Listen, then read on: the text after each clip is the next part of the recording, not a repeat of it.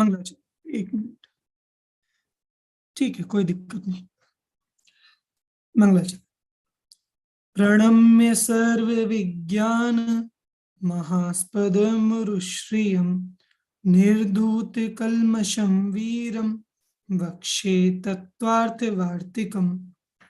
चलिए, कई दिनों के अंतर के बाद तत्वार्थ राजवार्तिक की आप लोगों की ये प्रथम कक्षा हम यहाँ वापस शुरू कर रहे हैं। तत्वार्थ राजवार्तिक ये सुना है नाम कभी? राजवार्तिक कुछ याद आ रहा है? पहले पढ़ा था कुछ दिनों पहले ही, पिछले महीने, है ना? अकलंग देव का ग्रंथ है, तत्वार्थ सूत्र पर लिखा गया है, पूज्यपाद स्वामी के सर्वार्थ सिद्धि पर आधारित है। और अभी हमने 30 पेज पढ़ लिए थे, फिर भी पहला सूत्र आधा भी नहीं हुआ अपना। यहाँ अपन खड़े हैं अभी इसमें, ठीक। और एक एक विषय को काफी विस्तार से इसमें बताया गया है। दार्शनिक व्याख्याएं आपको स्थान स्थान पर देखने को मिलेंगी, जिसका एक नमूना हमने वहां देखा था जब आचार्य पूज्यपाद स्वामी की 3 पंक्तियां, पश्यति दृश्यते अनेन दृष्टि मात्रम व दर्शनम, और ये ज्ञान और चारित्र का सिर्फ इतने के लिए आचार्य अकलंग देव ने लगभग 40 वार्तिक लिख डाले, 35 से 40 वार्तिक इस विषय पर लिख डाले। तो तब हमें पता चला कि अकलंग देव किस विस्तार के साथ, किस गंभीरता के साथ और किस दार्शनिक मीमांसा के साथ इस ग्रंथ की रचना यहाँ करने जा रहे हैं, ठीक। हमने पीछे जो पढ़ा था, ठीक है, वो सारा विषय पूरा हो गया था। यहाँ आपका पहला आनिक पूरा हो गया था, सबके सामने ग्रंथ है ना? 40 वार्तिक तक अपना हो गया था, और यहाँ तक पहला आनिक अपना हो गया था कंप्लीट, और दूसरा आनिक अपने को शुरू करना है। यहाँ तक तो क्या चला? पहले आनिक तक सूत्र का जो शब्द है, सम्यक दर्शन ज्ञान चारित्र, ये तीनों का मिला के सम्यक दर्शन ज्ञान चारित्राणि मोक्ष मार्ग। मोक्ष क्या है, मार्ग क्या है, उसमें एक वचन क्यों दिया, और इनकी व्याख्याएं अलग अलग व्युत्पत्ति परक, कर्तृ साधन, करण साधन, भाव साधन, कर्म साधन, जितने साधन लगाने हो सारे साधन उन्होंने लगाए। और ये तीनों समस्त व्यस्त इस पर अपनी जो आखिरी कक्षा 24 तारीख को हुई थी स्मारक में ही, उस पर अपनी इस पर काफी विस्तार से बात हुई थी कि तीनों स्वतंत्र स्वतंत्र मोक्ष मार्ग नहीं है, बल्कि तीनों को मिलाकर जो एकत्व होता है, और इसके लिए वो दृष्टांत आपको दिए थे। ख्याल से 40वां वार्तिक था, हाँ नहीं, 34वें वार्तिक में था, वो जो पलाश का वृक्ष, ढाक का वृक्ष, वो थे 2-3, न्यग्रोध का वृक्ष, वट वृक्ष, और उनसे बना हुआ वन, वो सब एग्जाम्पल से आपको स्पष्ट किया था, ठीक। तो ये सब बातें अपनी पहले इसमें हुई थी सूत्र के शब्दों के संबंध में। अब हमें यहाँ जो बात करनी है, वे बात शुरू करेंगे सूत्र का दूसरा शब्द सम्यक ज्ञान, इस विषय पर, ठीक है। यहाँ से बात शुरू करेंगे। चलिए शुरू करें। जिनकी मजबूरी है, जो कदाचित नहीं खोल पा रहे वीडियो, अलग बात है, बाकी जो खोल सकते हैं खोल कर बैठे वीडियो, तो एक सुविधा रहेगी मुझे भी, आपको भी समझने में। मतलब मुझे तो ठीक है, जितने लोग दिख रहे हैं मुझे, तो उनके माध्यम से भी इंटरेक्शन हो ही जाएगा, और आपका भी इंटरेक्शन एक बना रहेगा इस माध्यम से। आइए शुरू करते हैं। तत्वार्थ राजवार्तिक, पेज नंबर 30, ये पीडीएफ भी आपके सामने आ गई है। 41वां वार्तिक, ठीक है। चलो, पिछला वाला विषय आप में से किसी ने रिवाइज, मुझे नहीं लगता किया होगा। किसी ने किया क्या? जो पहले हमने पढ़ा था 24 तक? हाँ, तो कोई बात नहीं, पर अब करना पड़ेगा आपको रिवाइज, क्योंकि आगे हफ्ते 2 हफ्ते के अंदर मैं एक छोटा सा आपका एमसीक्यू टेस्ट लूंगा 40 वार्तिकों का, ठीक है। 40 तो इस सूत्र के हैं, पहले सूत्र से पहले भी कुछ वार्तिक हैं, ठीक है। तो उन सभी का आपका एक शॉर्ट टेस्ट होगा, उन सभी वार्तिकों का, और ज्यादा हार्ड नहीं, सिर्फ एमसीक्यू टाइप में। और अभी जल्दी नहीं है, आप लोग आराम से हफ्ते 2 हफ्ते 3 हफ्ते ले लो, ठीक है। और बाद में इजीली थोड़ा आराम से हो जाएगा ये। पर हाँ, रिवीजन आपको जरूर साथ में करते रहनी है पिछले विषय की, वो बात ध्यान रखनी है। तो आइए हम 41वां वार्तिक शुरू करते हैं यहां से। अकलंक देव ने इसमें अभी तक क्या हुआ कि सूत्र में सम्यक दर्शन ज्ञान चारित्र की व्याख्या है। इसमें अब ये इस पर एक प्रश्न खड़ा कर रहे हैं जिसकी चर्चा कई पेजेस तक चलेगी, कई वार्तिकों तक चलेगी। वे कह रहे हैं कि आपने सम्यक दर्शन ज्ञान चारित्र को मोक्ष का मार्ग कहा, ठीक? तो इसका मतलब बंध का मार्ग क्या हो गया अक्षत? मिथ्या दर्शन ज्ञान चारित्र, मिथ्या दर्शन ज्ञान चारित्र बंध का मार्ग हो गया। तो ये कह रहे हैं कि नहीं नहीं नहीं, ये तीनों बंध के मार्ग हैं ही नहीं। हमें तो बंध के सिर्फ एक ही मार्ग है दुनिया में, वो है अज्ञान। अज्ञान कहो या मिथ्या ज्ञान कहो, तीनों नहीं है। तो जब बंध का एक मार्ग होगा अज्ञान, तो मोक्ष का कितना मार्ग हो गए होंगे? कि मोक्ष का भी एक ही मार्ग होगा, सम्यक ज्ञान का हो, तत्व ज्ञान का हो, वही मार्ग होगा मोक्ष का। तो आप जो तीनों कह रहे हो कि बंध के 3 कारण है, फिर मोक्ष के 3 कारण है, ये बात हमें नहीं जमती। हम तो बंध का भी एक ही कारण कहेंगे, इसलिए मोक्ष का भी एक ही कारण कहेंगे, वो अज्ञान, ठीक? और ये बात कहते हुए अब फिर हम उन्हें कहेंगे कि नहीं नहीं, आप तो ऐसे ही कह रहे हो, ऐसे थोड़ी होता है। फिर सामने वाला कहेगा नहीं नहीं, ऐसे नहीं कह रहे। सारे ही जितने वादी हैं, प्रतिवादी हैं, सब इस मामले में एक मत है कि बंध का कारण सिर्फ और सिर्फ अज्ञान है, मिथ्या ज्ञान है और कुछ नहीं। और ये कहते हुए उन्होंने आगे के 4 वार्तिकों में 4 मत यहाँ प्रस्तुत किए, नैयायिक, वैशेषिक, सांख्य और बौद्ध। मतलब ये 4 तक तो मैंने, हाँ 4 ही प्रस्तुत किए हैं, फिर आगे तो वे ठीक है, आगे तो उसका निराकरण करते हैं। पर 4 वार्तिक, ये 43, 44, 45 और 46, ये 4 वार्तिकों में आपको 4 मत मिलेंगे, तो वो भी हम देखते हुए चलेंगे। आइए 41वां वार्तिक पढ़ते हैं। मैं बोलूंगा, मेरे पीछे आप सभी एक साथ बोलिएगा। विपर्ययात् बंधस्य आत्मलाभे सति, विपर्ययात् बन्धस्यात्मलाभे सति, ज्ञानादेव तद्विनिवृत्ते स्त्रीत्व अनुपपत्तिः,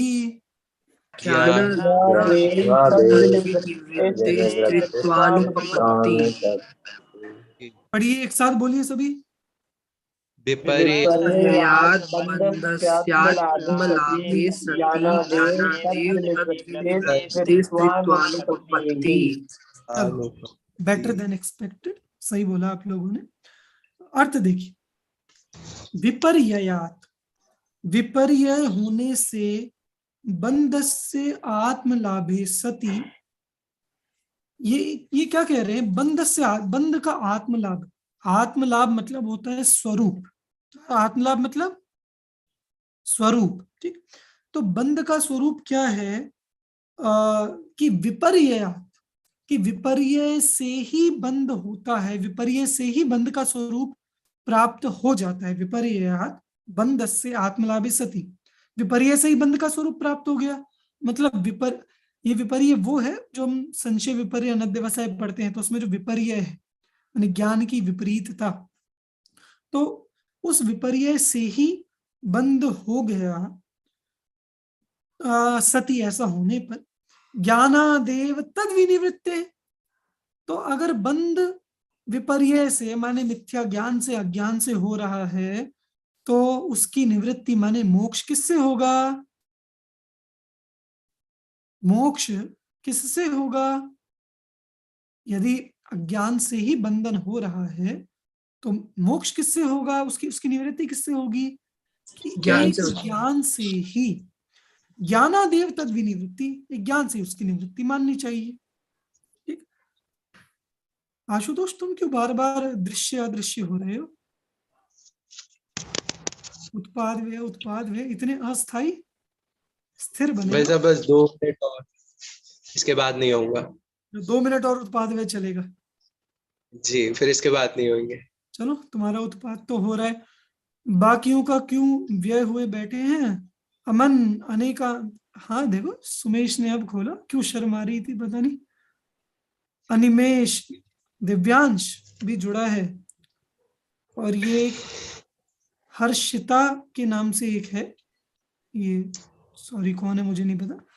हर्षिता, कोई लड़कियां तो दो ही है ना आपकी क्लास में?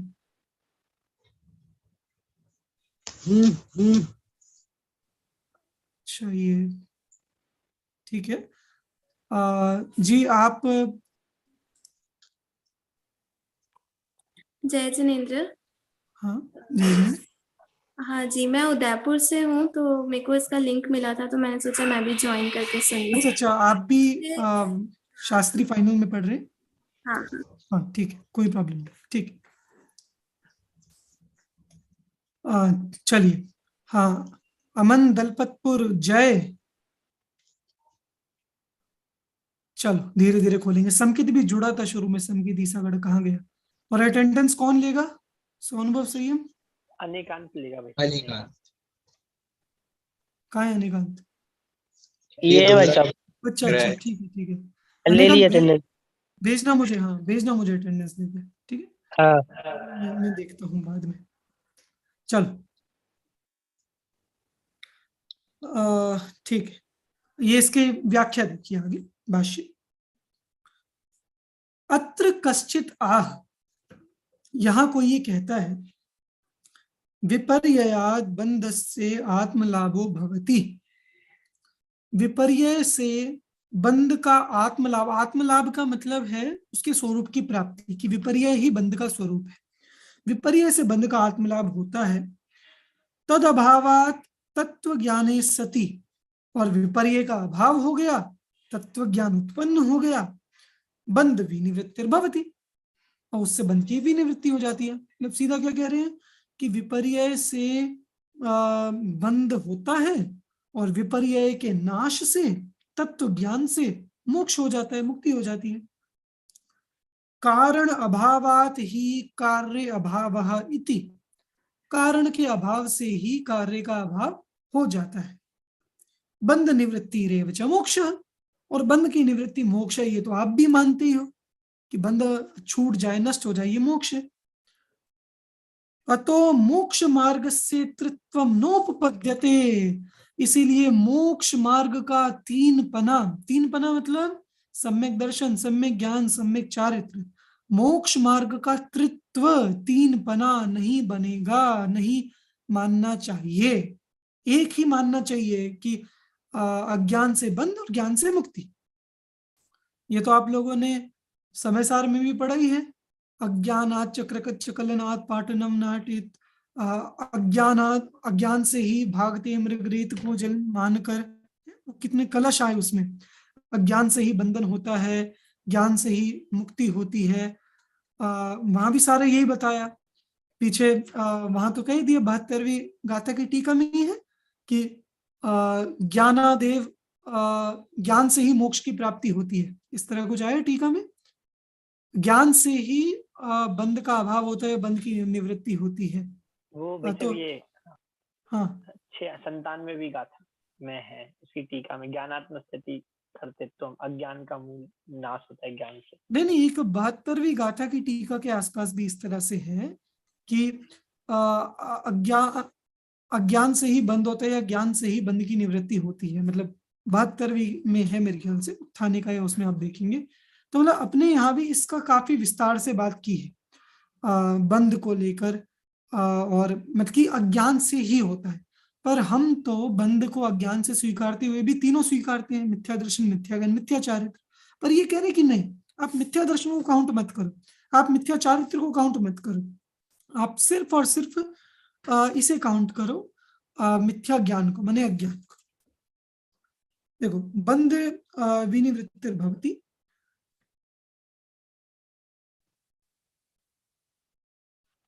ठीक है। कोई रिकॉर्डिंग भी अलग से कर रहा है? नहीं मतलब YouTube पे तो जा ही रहा है ना रिकॉर्डिंग। संयम शायद तुम्हारे यहाँ से शुरू हुई है रिकॉर्डिंग। हाँ संयम पुजारी कर रहे हैं।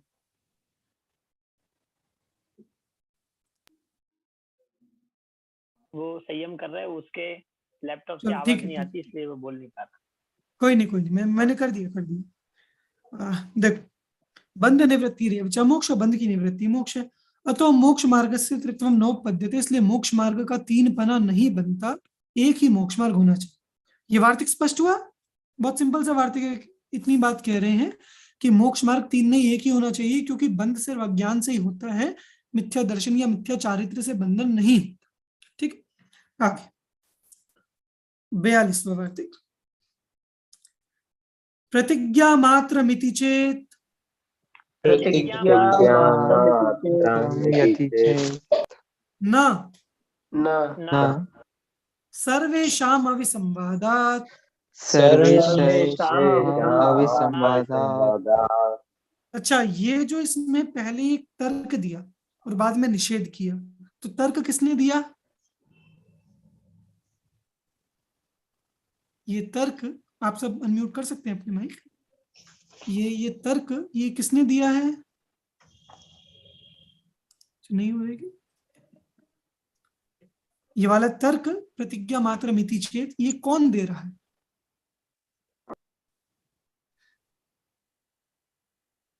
अनर्घ,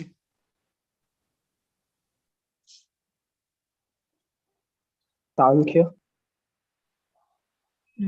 और कौन दे रहा है ये तर्क, और फिर निषेध कौन कर रहा है?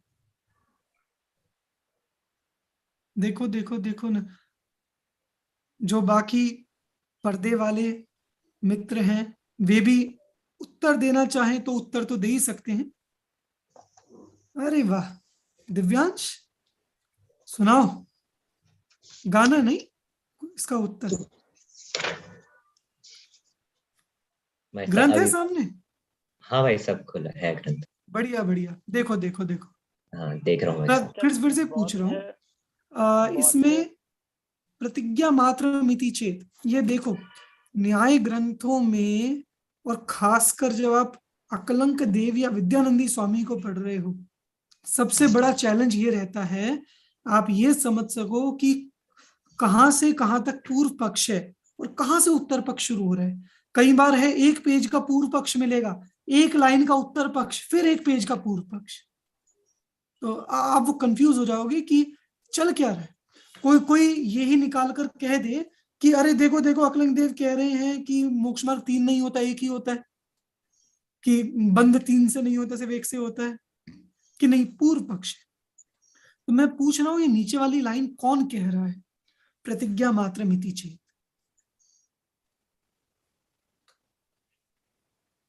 और अच्छा, बाद वाली लाइन कौन कह रहा है? ना सर्वेषां अविसंवादात्। राय करो आप लोग, शर्माओ नहीं कुछ तो। कि देखो यहां किसी मत की बात नहीं है अभी तक, ये एक सामान्य शिष्य है, एक सामान्य वादी है जो सामने बैठा है। ये 41वां वार्तिक उसी वादी ने कहा कि बंध एक तरह का है, इसलिए मोक्ष मार्ग भी एक तरह का है। फिर ये बात हम कह रहे हैं प्रतिज्ञा मात्र मिति चेत। हम जैन आचार्य उनसे कह रहे हैं कि आपका कहना तो प्रतिज्ञा मात्र है, आप तो सिर्फ जो मन में आया बोल रहे हो, सिर्फ कह रहे हो प्रतिज्ञा मात्र मिति चेत। फिर वे ही बोल रहे हैं ना, ऐसा नहीं है। क्यों? सर्वेषाम अविसंवादात्, कि ये बात सिर्फ हम नहीं कह रहे, पर जितने दर्शन वाले वादी हैं उन सभी को इस मामले में कोई परेशानी नहीं है, सब हमारे साथ खड़े हैं। माने सांख्य भी यही मानते हैं, वैशेषिक भी यही मानते हैं, नैयायिक भी यही मानते हैं, बौद्ध भी यही मानते हैं। तो आप सिर्फ हमें नहीं कह सकते। तो आपको एक इमेज बन रही है ये संवाद किस तरह से चल रहा है, कि पहले उन्होंने कहा सामने वाले ने, अभी तक तो क्या था संवाद में कि हम कुछ कहते थे और सामने वाला वादी प्रश्न करता था और हम और इति चेत कह के हम ना ना ना आचार्य कहते रहते थे।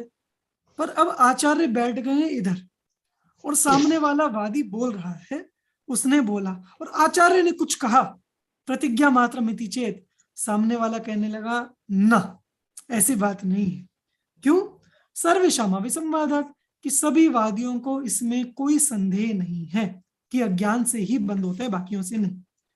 देखो, स्यात् एतत्, ऐसा है, प्रतिज्ञा मात्रम एतत्, ये आपकी सिर्फ ये जैनाचार्य कह रहे हैं, ठीक, ये आपकी सिर्फ प्रतिज्ञा है, विपर्ययात् बंदो भवति इति, यहां तक कि विपर्यय से बंद होता है, ऐसा आपकी मतलब प्रतिज्ञा मतलब है कहना, कथन करना किसी चीज का, तो आप सिर्फ कह ही रहे हो, ऐसा है कुछ नहीं, ऐसा जैनाचार्यों ने कहा।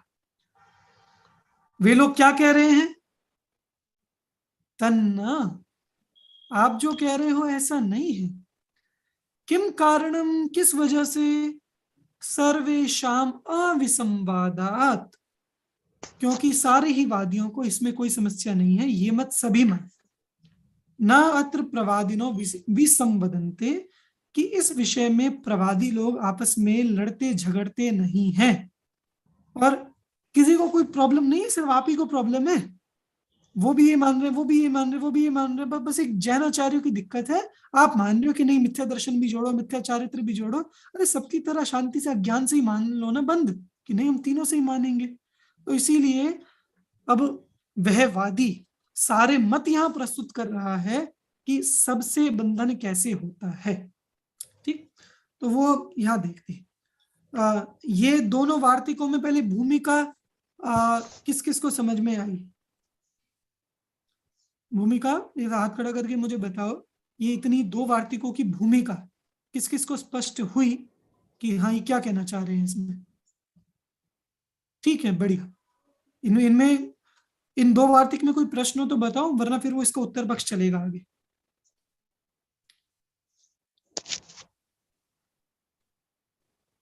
कोई प्रश्न है किसी का?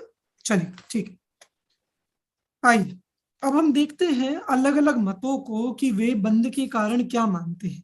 तो जो बंध का, देखो मोक्ष का कारण तो एक सीधा है, बंध के कारणों का अभाव मोक्ष है। अनेकांत कुछ प्रश्न है क्या? वरना हाथ नीचे कर लो, ठीक। एक सीधी सी लाइन है, आप लिख सकते हो, जो सभी मत वालों को माननी है, बंध के कारणों का अभाव मोक्ष है। मतलब बंध के कारण के अभाव होने से बंध का अभाव हो जाना मोक्ष है। और सरल भाषा में कहें तो सभी वादी बंध के अभाव को मोक्ष मानते, सब ही। तो उसमें कोई विवाद है क्या? बंध के पीछे भी आपको ध्यान है, हमने पहले सूत्र से स्टार्टिंग में ये चला था कि आपने मोक्ष मार्ग क्यों नहीं पूछा, मोक्ष मार्ग क्यों पूछा, मोक्ष क्यों नहीं पूछा? क्यों? क्योंकि बंध के अभाव से मोक्ष होता है, ये तो सभी मानते हैं। तो मुख्य बात कहाँ अटक जाती है कि वो बंध के कारण क्या हैं, क्योंकि आप जो जो कारण मानोगे उन कारणों के अभाव से आपको मोक्ष मानना पड़ेगा। तो बात यही है, वो उन्होंने बंध का कारण कुछ और माना, उन्होंने बंध का कारण कुछ और माना। अब जैनों ने बंध के 3 कारण या फिर आगे कहो 5 कारण माने हैं, और बाकी सब कह रहे हैं कि नहीं, बंध का सिर्फ एक कारण है, अज्ञान। वो बात यहां चल रही है। आइए 43वां सूत्र, तद्यथा वार्तिक, 43वां वार्तिक, ठीक है, ये इसमें ये निकला हुआ है। अब ये पहला जो 43वां वार्तिक है, ये है सांख्यों का अभिमत है, सांख्य दर्शन का, ठीक। सांख्यों के बारे में कुछ जनरल बातें मुझे बताइए, क्या जानते हैं आप लोग सांख्य के बारे में? सांख्य सभी नित्यवादी होते हैं। ठीक है, और सांख्य का जो पुरुष दो- होता है वो, उसमें ज्ञान नहीं होता, मतलब ज्ञान उसका प्रकृति के साथ जुड़ के आता है। ये ठीक है, और जब वो उनका जो मोक्ष होता है वो प्रकृति से जब अलग हो जाता है, तब उनके पुरुष को वो मोक्ष मानते हैं। ठीक है, और ठीक है, ठीक है। वे और सांख्य ने 2 मुख्य तत्व माने हैं, प्रकृति और पुरुष, और बाकी फिर उनके, अगर इनके और एक पुरुष अकेला और प्रकृति के भेद करके 24 और ऐसे 25 तत्व सांख्य ने माने हैं। सही है, सही है, ठीक है। ये एक सांख्य दर्शन का एक कंसेप्ट है, जिसकी मेरे ख्याल से मैंने आपसे चर्चा जब पीछे हम तो स्टार्टिंग में पहले सूत्र से पहले जो कुछ के मोक्ष की मान्यता है कि कौन क्या मोक्ष मानता है, वहां भी मैंने आपसे इस बारे में बात की थी। सांख्य दर्शन का एक वैचारिक अभिमत है कि वे मुख्य दो तत्व मानता है, एक प्रकृति और एक पुरुष। ठीक, यहाँ पुरुष माने चैतन्य आत्मा जो हम भी मानते हैं, और एक प्रकृति होती है, प्रकृति माने जिसे हम कर्म कहते हैं। तो सांख्य का मानना है कि ये प्रकृति पुरुष मिल जाते हैं तो ये प्रकृतेर महान ततो हंकारस तस्माद् गणश्च षोडशकः तस्मादपि षोडशकात् पंचेभ्यः पंचभूतानि, कि ये 25 तत्व हैं सांख्य के, कि प्रकृति से महान, महान कहो बुद्धि कहो एक ही बात है, उससे अहंकार उत्पन्न होता है, अहंकार से फिर 16 गण, एक मतलब अहंकार भी दो तरह का होता है, इनका तामसिक अहंकार, एक सात्विक अहंकार, तो उससे स्पर्श रस गंध वर्ण शब्द उत्पन्न होते हैं। फिर ये 5 ज्ञानेंद्रियां, 5 कर्मेंद्रियां, मन उत्पन्न होता है, और फिर आगे जाकर 5 तन्मात्राएं, तो वो ही पंचभूत। पंचभूत वो किससे? पंच तन्मात्राओं से, जो शब्द से आकाश उत्पन्न होता है, गंध से पृथ्वी उत्पन्न होती है, रूप से अग्नि उत्पन्न होती है, रस से जल उत्पन्न होता है, स्पर्श से वायु उत्पन्न होती है। तो इस तरह से इनका ये तत्व मान्यता है, एक सामान्य सांख्य की। ठीक, अब इसके आधार पर ये बंध किसे मानते हैं और मोक्ष किसे मानते हैं, तो कोई बताएगा सामान्य, मतलब ये तत्वों के आधार पर ही उनके अनुसार बंध क्या हुआ और मोक्ष क्या हुआ, आपको समझने में बहुत सुविधा रहेगी आगे का। बोलो उनके, और जरूरी नहीं आपका आंसर सही होना चाहिए, हर्षित आप भी बोल सकते हैं, कोई दिक्कत नहीं है, आप भी क्लास के ही पार्ट हैं अभी। जो भी बोलना चाहिए कि सांख्य के अनुसार बंधन क्या हुआ, संसार क्या हुआ और मोक्ष क्या हुआ। मैंने भी बताते बताते हिंट किया इसमें। प्रकृति का जब तक मतलब संयोग है तब तक वो बंध मान रहे हैं, और स्वतंत्र वो जो पुरुष है। सोनू आपकी आवाज कम आ रही है वैसे।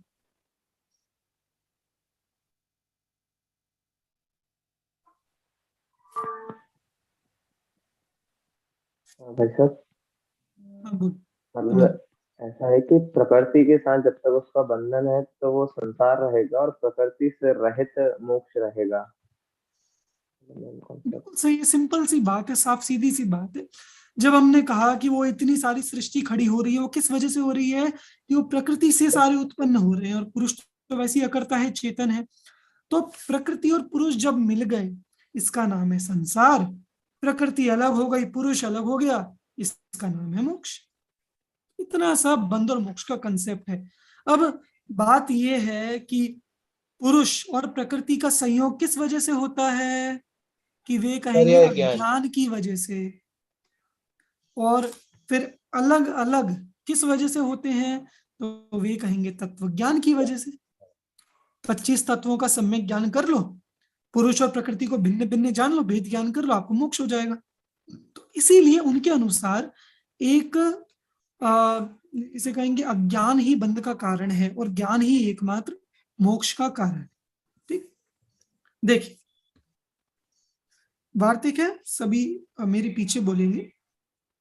धर्मेण गमनम इत्यादि वचनम एकेषाम, धर्मेण गमनम इत्यादि वचनम एकेषाम, वापिस बोलिए।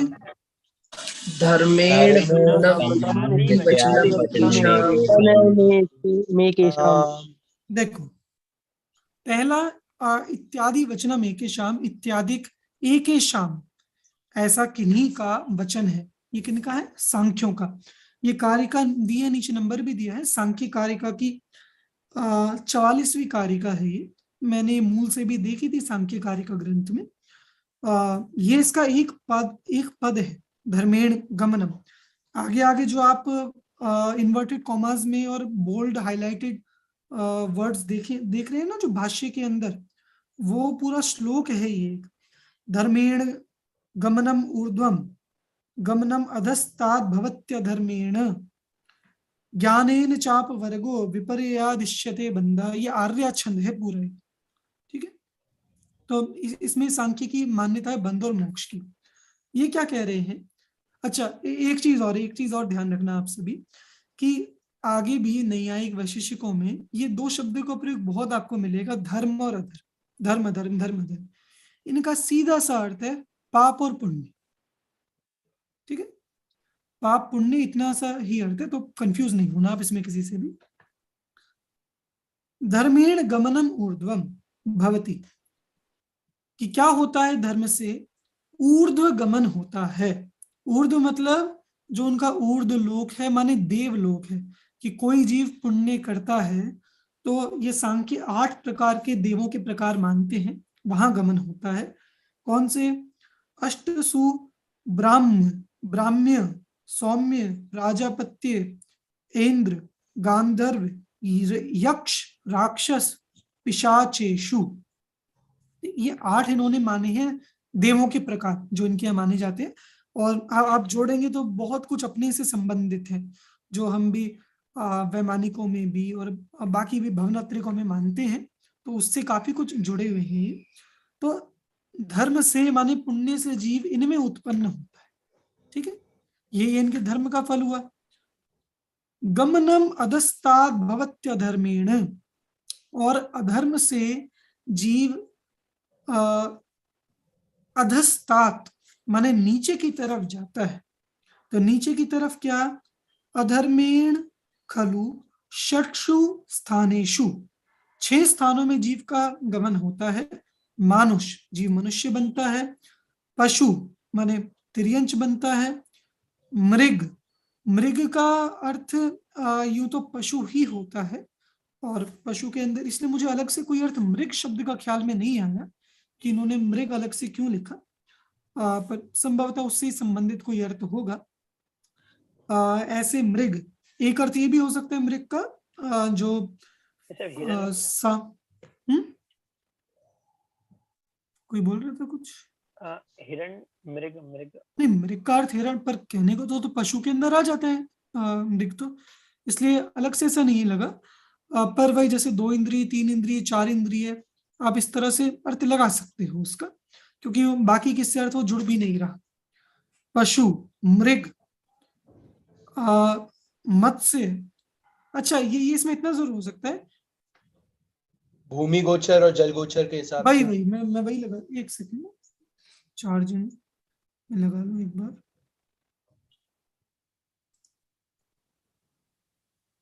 एक सेकंड मैं जरा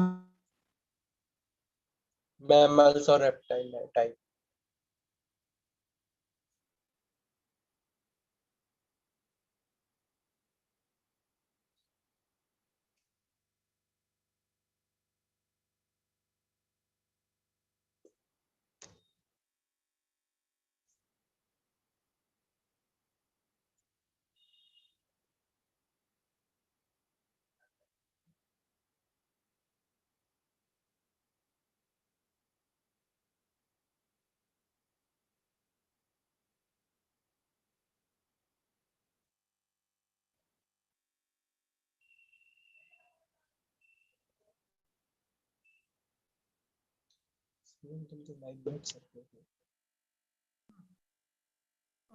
तो मानुष, ये बिल्कुल संभव अर्थ है। मृग मतलब ये चलने वाले, जो भूमि पर चलने वाले पशु हैं। मत्स्य माने जो जितने जलचर जीव हैं वे। सरीसृप माने रेंगने वाले जितने पशु हैं। और स्थावर जो स्थिर खड़े हुए हैं, जैसे वृक्ष, वनस्पति और पृथ्वी इत्यादि। ये स्थावर माने स्थिर खड़े हुए, ठीक। तो स्थावरेषु गमनम, इनमें गमन होता है। किस वजह से? अधर्म की वजह से। ज्ञानेन चाप वर्गो, और ज्ञान से अपवर्ग मतलब मोक्ष की प्राप्ति होती है। यदा अस्य, अच्छा इसमें भी एक विशेष बात समझना जो ज्ञान के संबंध में यहाँ कह रहे हैं। सांख्य 3 गुण मानते हैं, ये भी कंसेप्ट आपके ख्याल में होना चाहिए। सत्व, रज, तम, ठीक।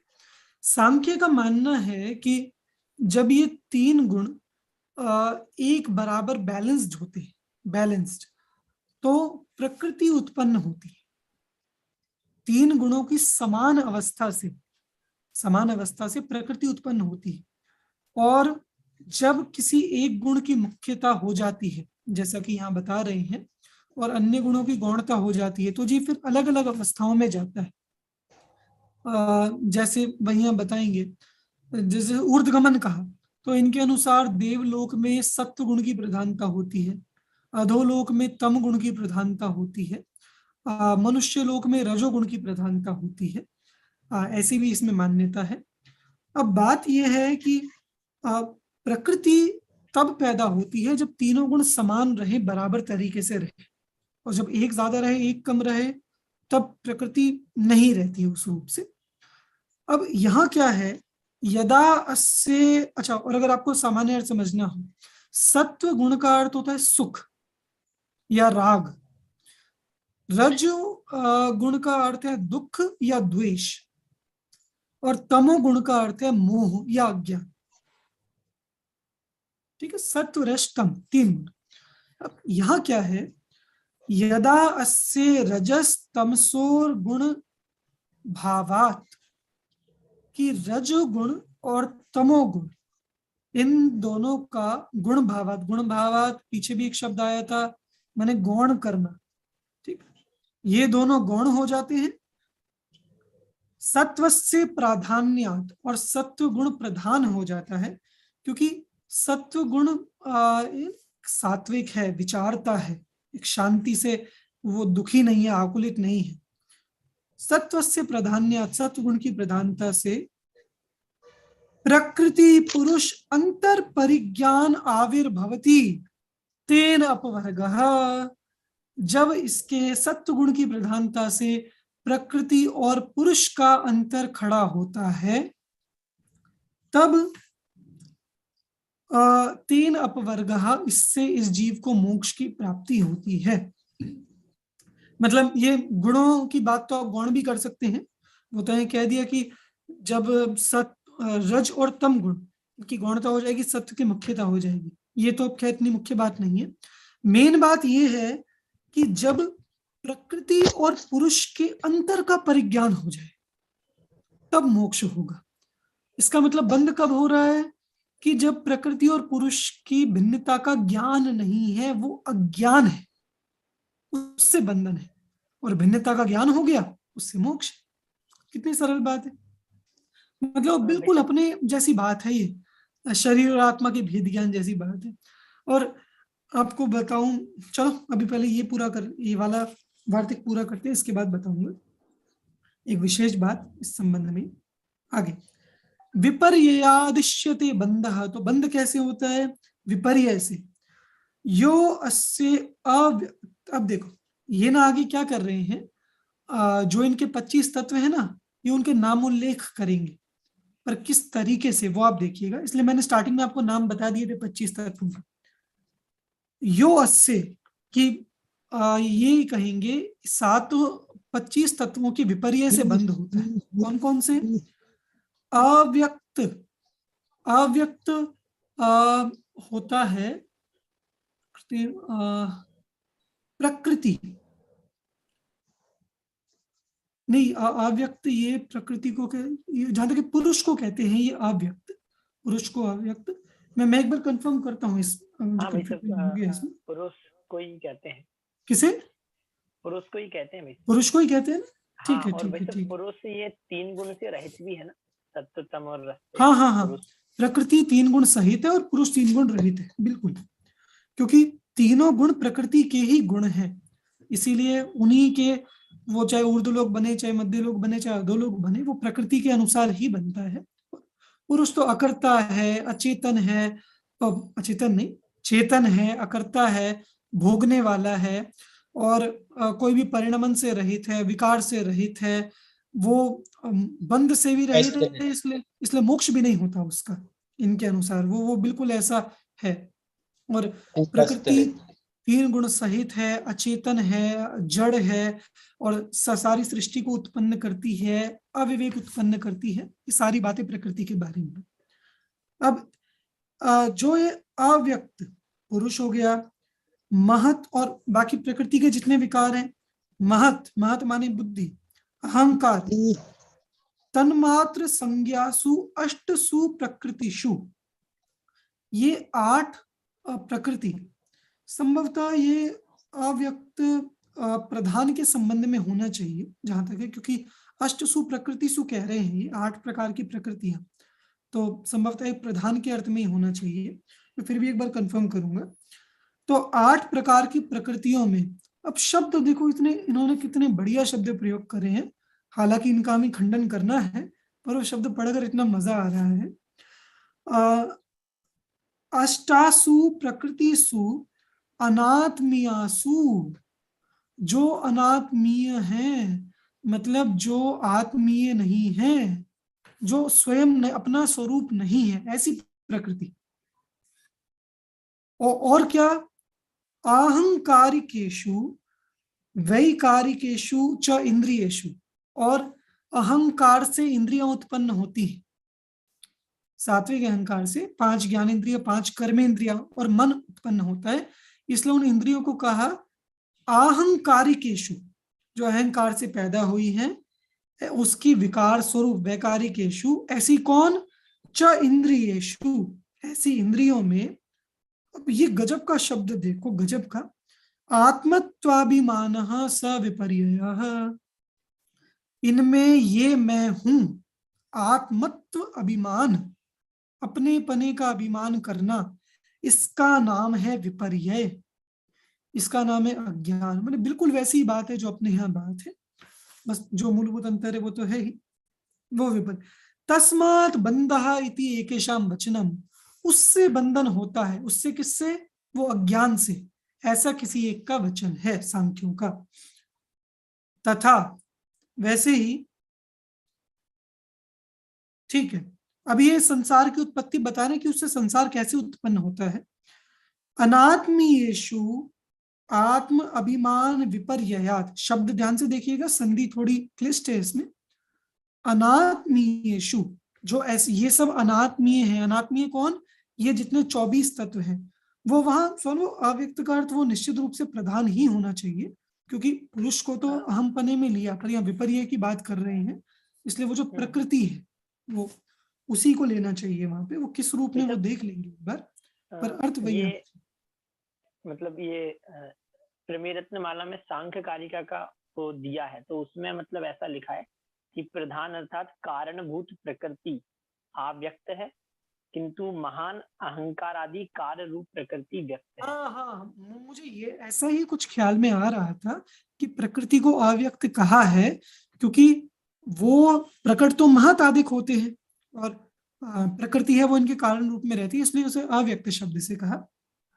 देखो ठीक है, अनात्मीयेषु, इन अनात्मीय 24 तत्वों में आत्माभिमान विपर्ययात्, अपने पने का अभिमान, विपरीत अभिमान होने से, तस्य शब्दादि उपलब्धि ही आदि ही, आत्मा को जो शब्दादिक की उपलब्धि मतलब जो 5 तन्मात्राएं हैं, स्पर्श रस गंध वर्ण शब्द, शब्दादिक की उपलब्धि ही, जो उपलब्धि होती है, प्राप्ति होती है, आदि ही मतलब वह संसार का प्रारंभ है, संसार की आदि है, संसार की उत्पत्ति है। शब्द से देखना, उपलब्धि आदि, शब्दादिक की उपलब्धि होना संसार की आदि है, माने शुरुआत है। और गुण पुरुषांतर उपलब्धि ही अंतः, और गुण का और पुरुष के अंतर की उपलब्धि हो जाना, उनका ज्ञान हो जाना, ये संसार का अंत है। ये बात समझ में आई। और मैं एक और रिक्वेस्ट करूंगा, आप लोग हिंदी अनुवाद देखने का ट्राई मत करिएगा, बहुत डिसअपॉइंट होगे, सर पकड़ लोगे या कुछ का कुछ अर्थ कर बैठोगे।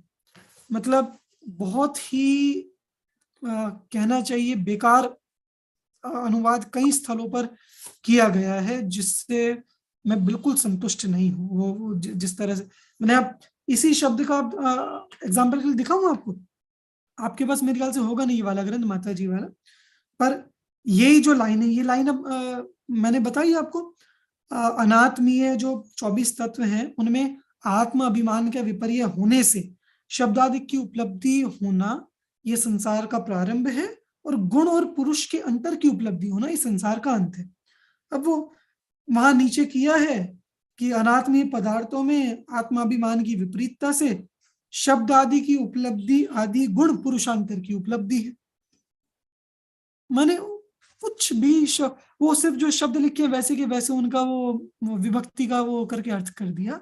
ये मैं इसलिए बता रहा हूँ, किसी के वो बुराई के लिए नहीं।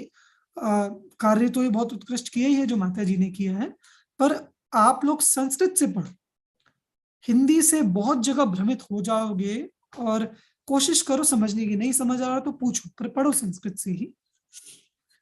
आगे देखो भाई साहब। हाँ, इसमें गुण शब्द से प्रकृति लिया है या फिर शब्दादि गुणों को लिया है? गुण शब्द से जो जीव के साथ जो प्राप्त होते हैं, प्रकृति के द्वारा जो 24 सारा पैदा हुआ, गुण पैदा हुए, वो बुद्धि कहो, अहंकार कहो, तन मात्राएं कहो, इंद्रियां कहो, मन कहो, वे सारे गुण के रूप में इन्होंने यहाँ लिए। और गुण इसलिए क्योंकि वो प्रकृति के द्वारा ही वो पुरुष में वो उत्पन्न होते हैं, क्योंकि वरना इनके अनुसार पुरुष में ज्ञान होता नहीं, प्रकृति से आता है। पुरुष में नहीं होती, वो भी प्रकृति से आती है। तो गुण मतलब वो सारी चीजें हम ले लेंगे जितने यहाँ 24 तत्व बताए। ठीक है, देखो, यावत अस्य अविभक्तः प्रत्ययः, जब तक इस जीव का, पहले अब संसार की उत्पत्ति बता रहे हैं। अविभक्त प्रत्यय मतलब अविभक्त कारण होता है। अविभक्त माने एक, अज्ञान से एक मानता है। कैसे? श्रोत्रादि इंद्रिय वृत्तिषु, श्रवण आदिषु, जो श्रोत्र की प्रवृत्ति है सुनना, ऐसे श्रवण आदि में अहम श्रोता इत्येवम आदि ही, कि मैं श्रोता हूं, मैं दृष्टा हूं, मैं वक्ता हूं। तो इस तरह इंद्रियों की प्रवृत्ति में अहमपना, ये आत्म अभिमान विपर्य, ये पांच भौतिके च शिरः पाण्यादि समूहे शरीरे अहम पुरुषः इति प्रत्ययो भवति, कि जो पंचभूत वाला शरीर है, पंचभूत से उत्पन्न जो शरीर है, उसमें जिसमें इंद्रियां आ गई, 5 कर्मेंद्रिय मुख्य रूप से, अहम पुरुषा इति प्रत्ययो भवति, उसमें ये ज्ञान होना कि मैं पुरुष हूं, ये अभिमान है, विपर्य है। तावत अप्रतिबुद्धत्वात् संसारः, अब ये आपकी समय सार की 19वीं गाथा है कि जीव कब तक अप्रतिबुद्ध रहेगा, कि वही बताया कि जब तक इन इंद्रिय की प्रवृत्तियों में और ये शरीर में ऐसा अहमपना रहेगा, अहमपने का विपर्य रहेगा, तावत अप्रतिबुद्धत्वात् संसारः, तब तक जीव अप्रतिबुद्ध रहेगा और तब तक संसार चलता रहेगा। तो इस जीव का मोक्ष कब होगा? तो बता रहे हैं, गुण पुरुषांतर उपलब्धि यंतः, और गुण और पुरुष के अंतर की उपलब्धि हो जाए, प्रकृति और पुरुष के अंतर का, वही जीव का संसार का अंत है। कैसे? यदा पुरुष वर्ज्यम सर्वम प्रकृति कृतम, एक पुरुष को छोड़कर प्रकृति ने जितने 23 तत्व, 24वां तत्व खुद प्रकृति है, जितने 23 तत्व पैदा किए हैं, सर्वम प्रकृति कृतम, जो सब कुछ है पुरुष को छोड़कर दुनिया में, वो सब कैसा है? पहली विशेषता प्रकृति कृत है। दूसरा, त्रिगुणम, सत्वरजतम गुण वाला है। अचेतनम, अचेतन है। भोग्यम, भोग्य है। इति जानाति, ऐसा जब पुरुष जानता है, और खुद को कैसा जानता है पुरुष? भोक्तारम अकर्तारम चेतनम च पुरुषम, कि पुरुष भोक्ता है, वो प्रकृति को भोगने वाला, इसलिए उसे भोक्ता कहते हैं। अकर्ता है, कि कर्ता कुछ नहीं है, इसलिए वो नित्य मानते हैं, सर्वथा नित्य। अकर्ता है।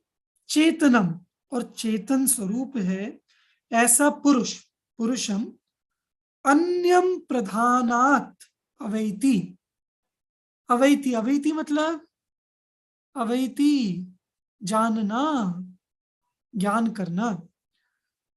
जब पुरुषम अन्यम प्रधानात्, प्रधान से भिन्न पुरुष को ऐसा जानता है, अचेतनांश्च गुणान, और जितने गुण प्रकृति कृत हैं उन सबको अचेतन जानता है, तदा तस्य गुण पुरुषांतर उपलब्धि ही अंतः, तब उसके गुण और पुरुष के अंतर की उपलब्धि होने से अंत हो जाता है। किसका अंत हो जाता है? आप लोगों के मुंह खुलने संसार चाहिए। किसका अंत हो जाता है? संसार संसार का। कितनी अच्छी बात है, संसार का अंत हो गया तो ये अच्छी बात है, बढ़िया बात है ना? जी, तो सही बात चल रही है ना ये? संसार का अंत। भैया इतनी अच्छी अच्छी बातें सुनकर भ्रम में मत पड़ जाना कि ये आचार्य लिख रहे हैं। चल रहा है ये अभी भी पूर्व पक्ष ही। मैंने इसलिए यहाँ पे अलग से अपने ग्रंथ में लिखा कि ये पूर्व पक्ष चल रहा है, क्योंकि इतना बढ़िया बढ़िया, और वो आत्माभिमान विपर्य और ये सब पढ़ते पढ़ते ऐसे लगे क्या गजब की बात है, क्या गजब की बात है, बिल्कुल सही कह रहे हैं। तो ये सब पूर्व पक्ष चल रहा है। अंतः संसार, संसार का अंत मानते हैं। इति ज्ञानाद मोक्षो विपर्याद बंध इति एकेशाम, इस प्रकार ज्ञान से मोक्ष होता है और विपर्य से बंध होता है, ऐसा कोई एक मत वाले मानते हैं, माने सांख्य मानते हैं। ठीक, तो अब यहाँ सांख्यों का इन्होंने यहाँ मत स्थापित किया इस चीज के लिए कि देखो ये सिर्फ अज्ञान से ही बंध मान रहे हैं, ज्ञान से मोक्ष मान रहे हैं, आपकी तरह नहीं कि 3 से बंध और 3 से मोक्ष, इसलिए आपका कहना सही नहीं। ऐसा पूर्व पक्ष उन्होंने रखा। इतनी बात हमने रखी। किसी का कोई प्रश्न हो इस विषय में तो आप पूछ सकते हैं। कोई भी भाई साहब शब्द समझ में नहीं आया हो, पंक्ति समझ में ना आई हो, अर्थ समझ में ना आया हो, हाँ बोलो, कौन बोल रहा है? भाई साहब वो सांख्य मतलब भोक्ता मानते हैं? पुरुष को हाँ मानते हैं, भोक्ता मानते हैं, अकर्ता मानते हैं, पर भोक्ता मानते हैं कि कर्ता कुछ नहीं है, सिर्फ भोक्ता है प्रकृति को, केवल। और कोई प्रश्न किसी का? हाँ भाई साहब, एक और है, वो उपलब्धि का अर्थ यहाँ पे क्या लेना है? उपलब्धि मतलब ज्ञान ही है ना? जानना, प्राप्त होना, गुण और पुरुष के अंतर की प्राप्ति होना, वेद ज्ञान की प्राप्ति एक तरह से वह। ठीक, चलो, और बाकी सबको क्लियर है? किसी किसी क्लियर हुआ? एक बार हैंड रेस करके बता दो। ठीक है, 3 4 5, ठीक है ठीक है ठीक है, चलो हुआ, ज्यादातर को हुआ क्लियर। ठीक है, तो ये आप लोग रिवाइज करके आइएगा। कल आगे वाला विषय देखेंगे। आगे वैशेषिक, नैयायिक और बौद्ध, इनके भी संबंधी मान्यता बताई है, और फिर आगे इनका खंडन किया है, वो भी हम देखते हैं। ठीक है, चलिए अभी क्लास पूरी करते हैं। सभी को जय श्री। भाई साहब आपको कुछ अच्छी बात बोलिए महावीर भगवान की। हाँ अक्षत क्या कह रहे हैं? भाई साहब वो कुछ अच्छी बात बता रहे थे वार्तिक के बाद। हाँ हाँ कल बताऊंगा, चलो याद दिलाना। चलो।